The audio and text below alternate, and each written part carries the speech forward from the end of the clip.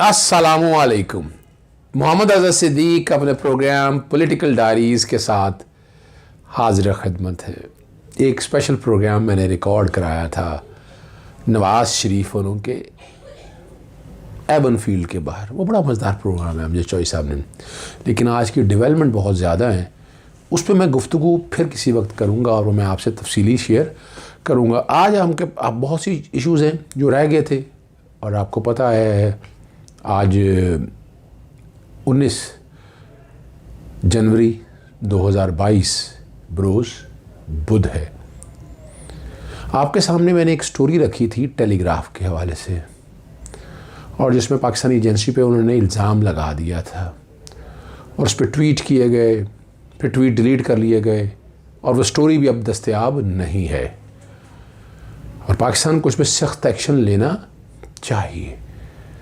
साथ ही मैंने डॉन के हवाले से बात की थी आपको, उस पर मैं लीगल नोटिस तैयार कर रहा हूँ जो जस्टिस काजी फैज़ से एट्रीब्यूट किया था उन्होंने, हालांकि उसका हक़ाइक़ से ताल्लुक़ नहीं था।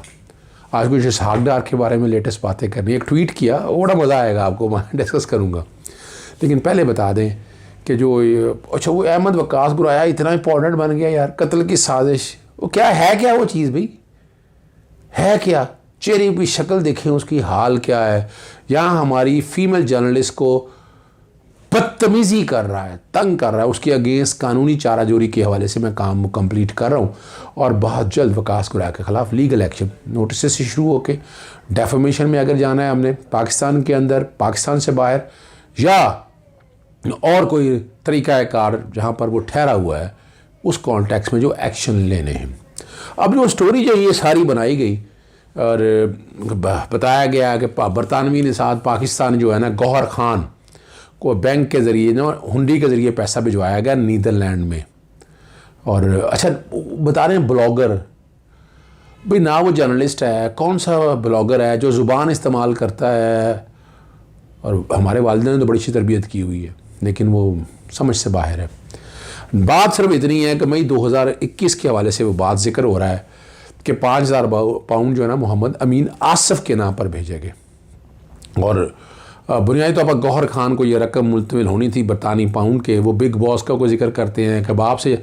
अच्छा एरिया जो आ रहा है ये चिन्योट आ रहा है, आपको पता होना चाहिए कि चिन्योट कौन सा इलाका है। चिन्योट रवा के करीब है, और आप समझ सकते हैं कि पाकिस्तान को बदनाम करने के लिए कौन लोग काम कर रहे हैं।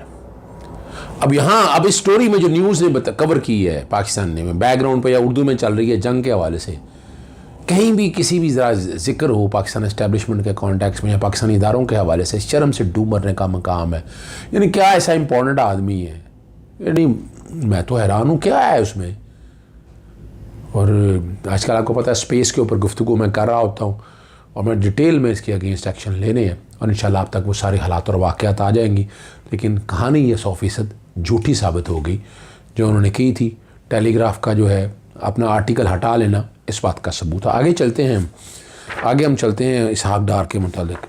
और पहले तो मैंने लेटेस्ट ट्वीट एक आपका उनका जो है ना, और पैमरा के नोटिफिकेशन पर मजम्मत की। अब ये पैमरा का नोटिफिकेशन और उन्होंने पढ़ा नहीं है गालबन, अगर पढ़ लेते ना तो बड़ी आसानी होनी थी, अगर पढ़ लेते ना बड़ी आसानी होनी थी।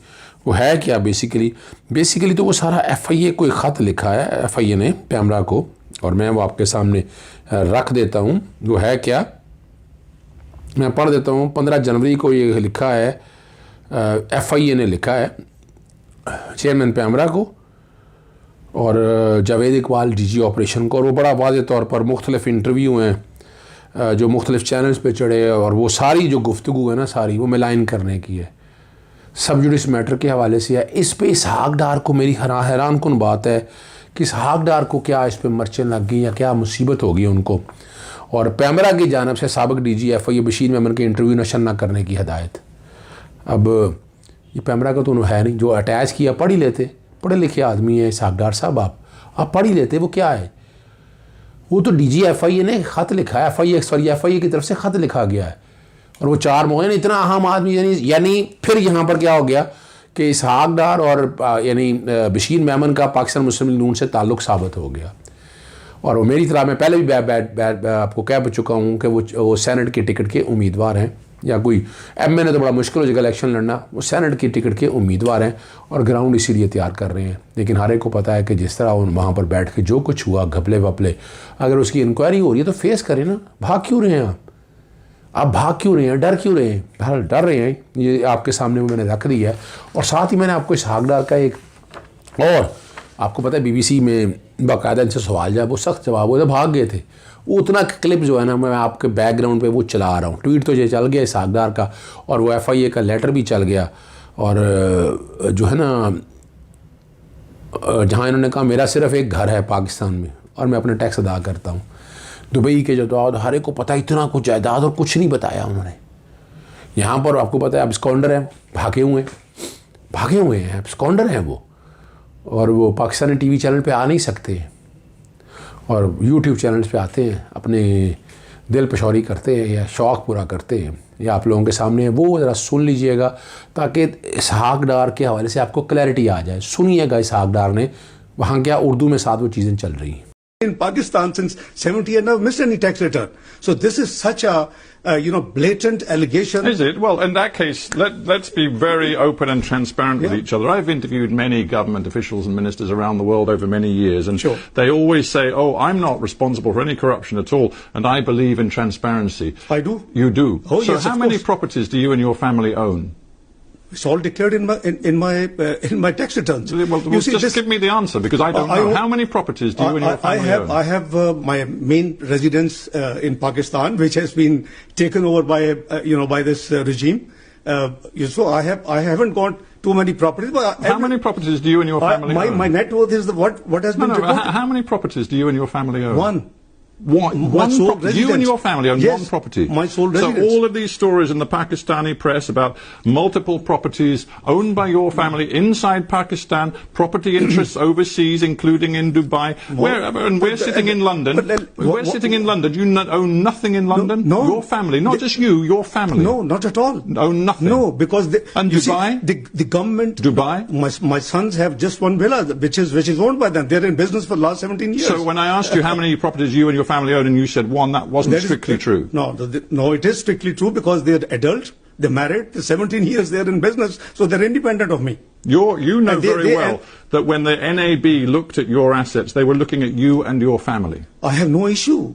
My family, everything is accounted for. That's exactly. You see, if all of this is so clear cut, you only own one property in the entire world. Your tax records have been kept and given to the authorities over the last 20 years. If everything is so crystal clear, why do you not go to Pakistan and make this case in a court of law?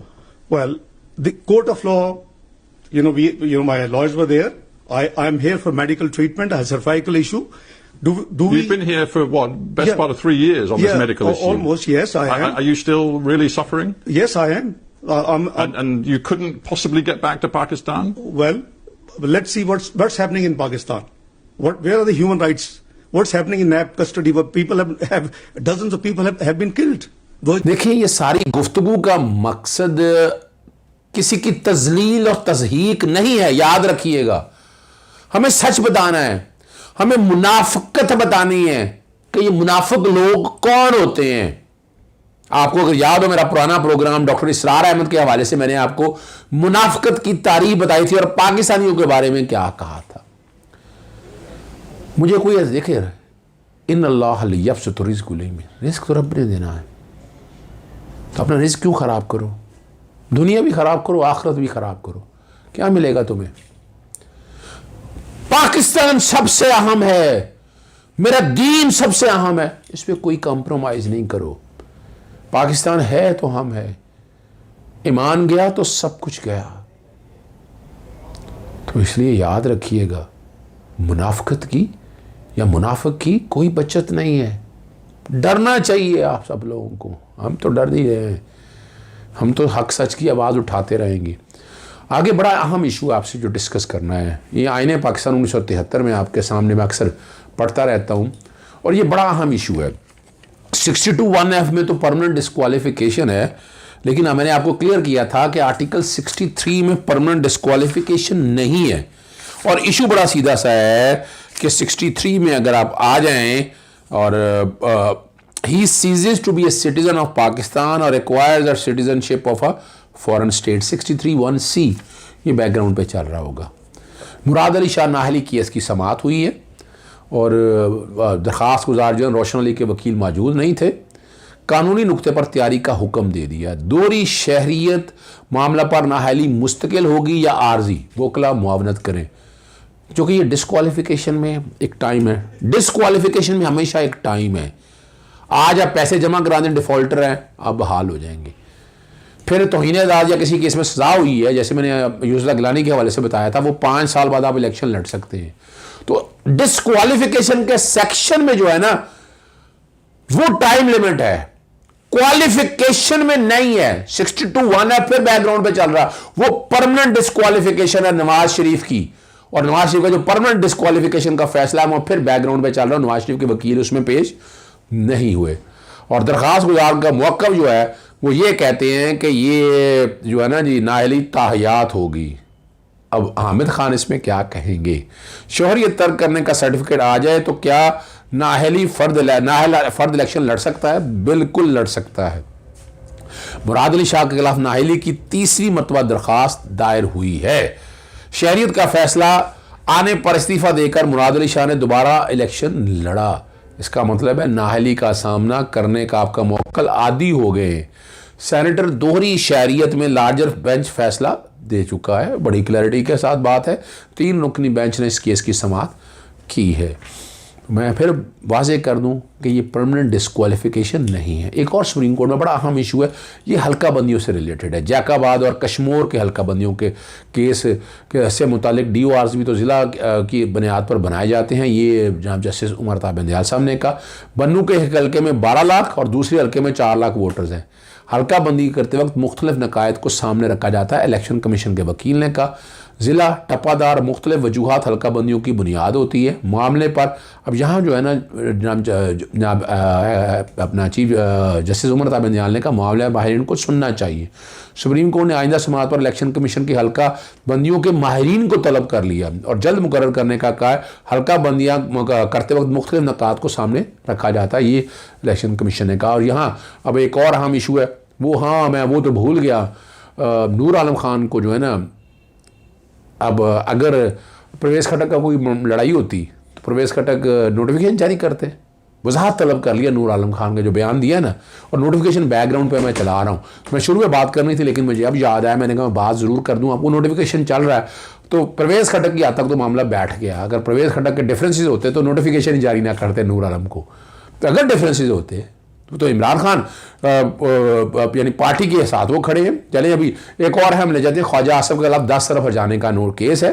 Khwaja Asif की trial court के फैसले के खिलाफ दरख्वास्त पर वज़ीर आज़म को दोबारा नोटिस जारी हो गए और इस्लामाबाद के वज़ीर आज़म इमरान खान को भी नोटिस जारी करके जवाब तलब कर लिया। ट्रायल कोर्ट ने वज़ीर आज़म इमरान खान को कुछ दस्तावेज अपना निकालने की दरख्वास्त मंजूर की। ख्वाजा आसिफ ने ट्रायल कोर्ट के फैसले को इस्लामाबाद हाई कोर्ट में चैलेंज किया है। ख्वाजा आसिफ को आपके केस सुनने पर कोई एतराज़ नहीं है, वकील अली शाह गिलानी है, और 2012 से इमरान खान का अरजाना केस ज़ेर इल्तवा है।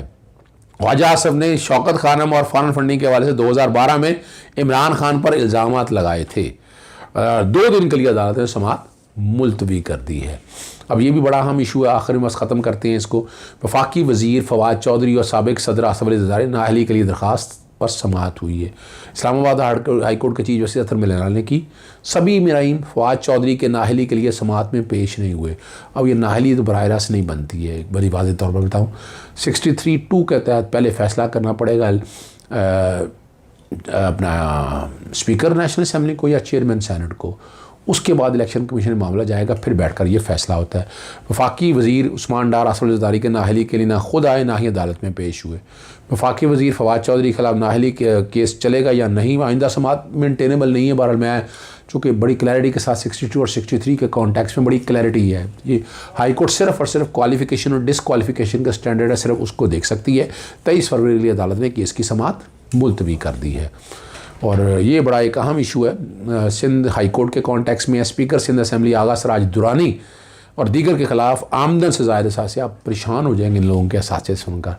उनको जो बेटे हैं आगा शहबाज और दीगर खिलाफ रेफरेंस दायर होने के बाद मज़ीद इंक्वायरी के खिलाफ दरख्वास्त है। मज़ीद इंक्वायरी आप रोक सकते हैं और वकील पेश नहीं हुए, बगैर किसी कार्रवाई के समाअत मुलतवी हो गई है, दायर हो चुका है और फ़र्द जुर्म भी आयद हो चुकी है। रेफरेंस देखिए, सप्लीमेंट्री रेफरेंस किसी स्टेज पे भी आ जाता है और ये दरख्वास्त गुजार कहता है कि सप्लीमेंट्री रेफरेंस नहीं हो सकता, इंक्वायरी किसी स्टेज पे भी हो सकती है। और ये उनका कहना है कि नैब को तहकीकात से रोका जाए।